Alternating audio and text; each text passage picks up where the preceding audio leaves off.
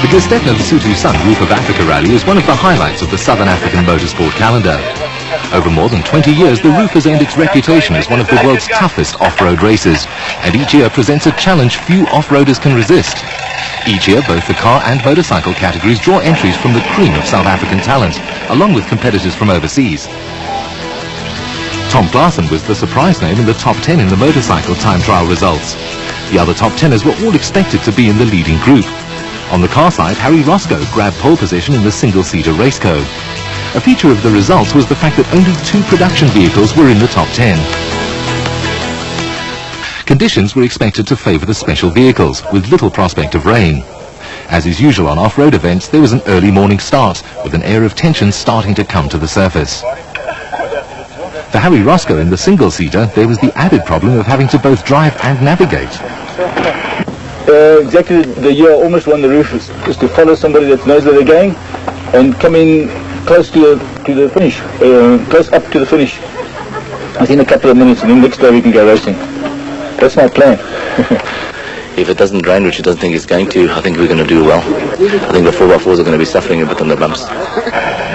Roscoe must have had mixed feelings as he led away the field. He was in exactly the same position 2 years ago and was going like a train when he had a huge accident that left him with a badly injured back.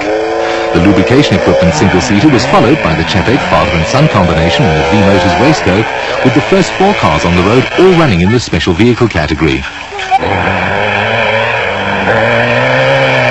It didn't take the Chepeks long to catch and pass Roscoe.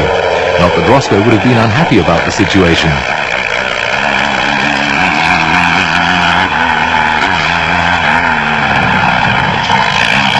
Having the Chepeks in front of him provided Roscoe with a navigation aid, but it was also not long before the Sulwald brothers started to close in on the single-seater.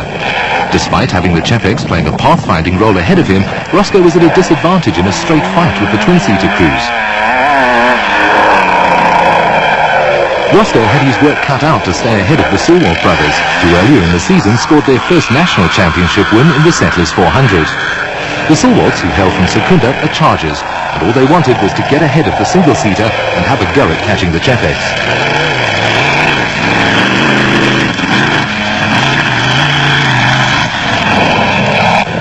Rob Walk in the Super Pave raceco was in the same boat as Roscoe in terms of having to do his own navigating.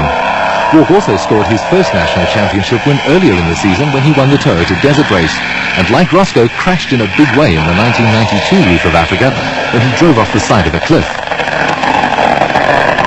Not far behind Walk, the dealer team Toyota Hilux of Bux Carolyn and Jeff Bell was holding on to 4th place. Behind them, some hectic racing was starting to develop, with the Rockwell Raceco, driven by Nick Harper and Darrell Hill, starting to come under pressure from Linton Draper and Mike Pretorius.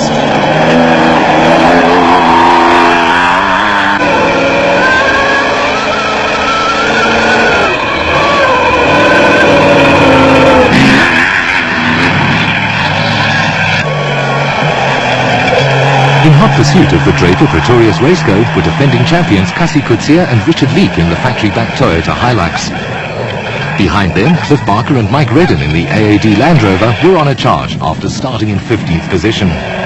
Barker and Redden led the production vehicle and overall cross-country series championship going into the roof and were desperate for a good result.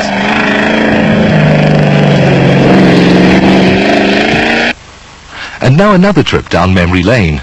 In 1984, Neil Woolridge won the Roof of Africa on a 500 Kawasaki motorcycle. Woolridge now campaigns in off-road on 4 wheels in the Sani Motorsport entry and reports that driving and riding the roof are different animals. It's totally different. It's I think a lot more mentally tired sitting in a car, because you've got to sit and bounce around all the time. You can't stand up and move around, and you can't miss rocks and things like that. You've got to crash over everything, so you get pretty tired sitting in that car. But not too physically tired, but very mentally tired. For Racing Section 1, the motorcycle contingent followed a different route to the cars. It was going to be just as tough, with poleman Darrell Curtis on the Winston Yamaha setting his sights on a place in the top 5 at the end of day 1. But I'm happy to be where I am starting first. If anybody comes up behind me, please stay with them. I'm going to try and finish in the first 5, then it's that. After taking it easy in the time trial, 5-times winner Alfie Cox decided it was time to stop playing games and came flying through the field on the Pro Action Castrol KTM. When he's in the mood, and that's most of the time, Cox is in a class of his own in South African off-road. And it didn't take him long to scythe through the field and move ahead of Tom Klaasen to take second place.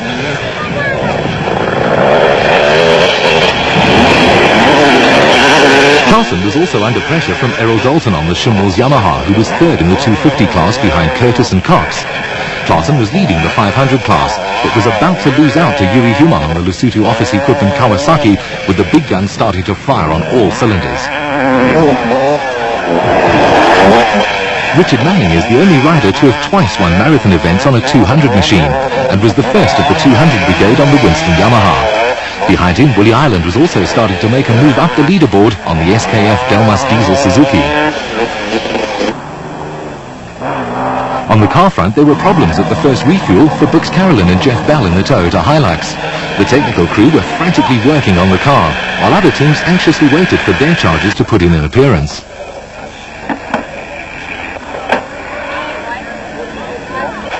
Seems to be that the turbos, we got no turbo boost, so for the last 30 k's we've been driving without a turbo. But those Lux, we'll get them now. We were up to third. We'll fix him now. Just watch. After starting from the back of the field in the BP Raceco, brothers Klaus and Gerd Degener were on a charge through the field. The scene at the refuel was one of frantic activity, with cars coming and going at a rapid rate of knots.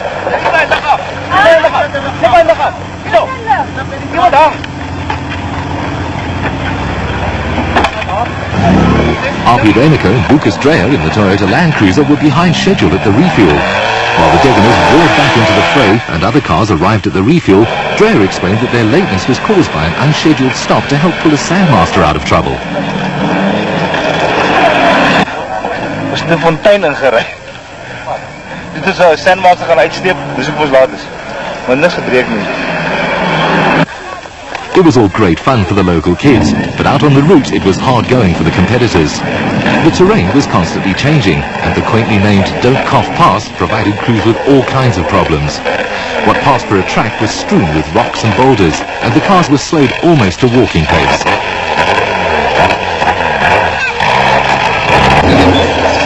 Race leaders Franz Czepek Sr. and Franz Jr. were being chased by Rob Walk in the Superpave Raceco.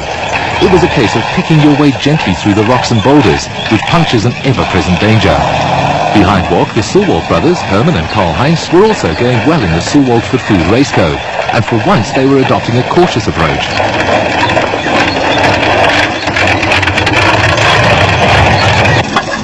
There was also a cautious approach from Springboks, Cassie Coetzee and Richard Leek in the Toyota Hilux.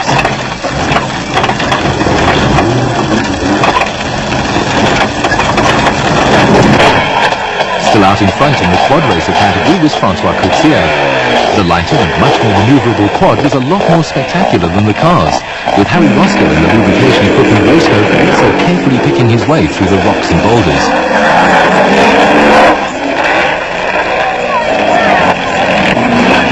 Behind Roscoe, the Barker Redden Land Rover and the Carolyn Bell Toyota were being chased by the Harper Hill Raceco and Klaus and Gerd Degener in the BP Raceco.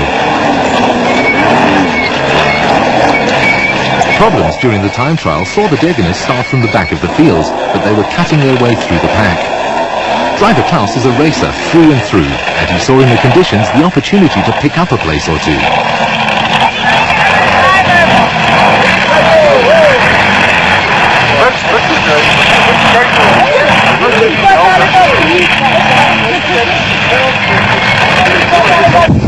At the bike refuel, cans of petrol stood like lonely sentries waiting for the competitors to arrive. It was no surprise when Alfie Cox was first on the scene in the Pro Action Castrol KTM. Cox had bombed his way to the front and was starting to stamp his authority on the race. Alfie!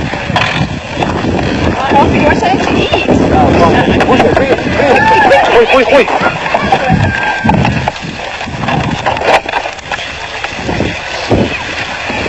A band of local spectators were intrigued by what was going on, but Cox had other matters on his mind.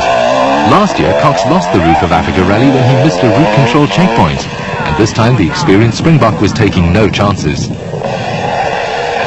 Darryl Curtis and Errol Dalton arrived at the refuel simultaneously. For the bikers, there's no such thing as the luxury of a service crew to lend a helping hand, and it's every man for himself. 5, 6. 5, 6.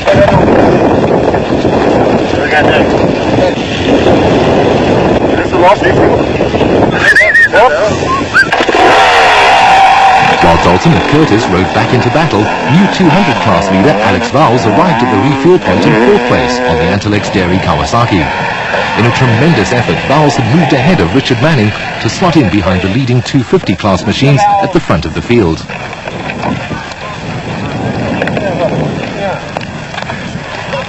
Fine. How's it going? All right. At the end of day one, the Chepex and Sulwalds led the car section ahead of Derek Johnson, who turned in a 5-star performance on the Yamaha quad. For the Chepex, the situation could have been a little better. And then we got to Duncroft Pass, and around the one corner there was like a big washout. There were no rocks in it, so you couldn't drive through it, but we fell into it and it was too late, so we couldn't move backwards or forwards, so we had to reconstruct a little bridge, and took a few people helped us, and we took about 20 minutes collecting a whole lot of rocks and building this whole lot up, and then by that time the Sulwalds caught up with us again, so we had to pull a bit of a lead on them, but at the moment I'm not sure, but they say we've got about a 20-minute lead. On the motorcycle side, Alfie Cox was on track for his 6th roof victory. Vowles led the 200 class ahead of Graham McLaughlin, with Yuri Human out in front in the 500 class. I've got a 10-minute gap, so it's better than nothing for tomorrow. But then the pressure is also on me tomorrow because I've got to not make any mistakes, and I've got to keep a cool head and just maintain a good steady pace like I did today. Option 2 would again provide for a variety of differing conditions, but no one was prepared for the early drama that struck the Chepex.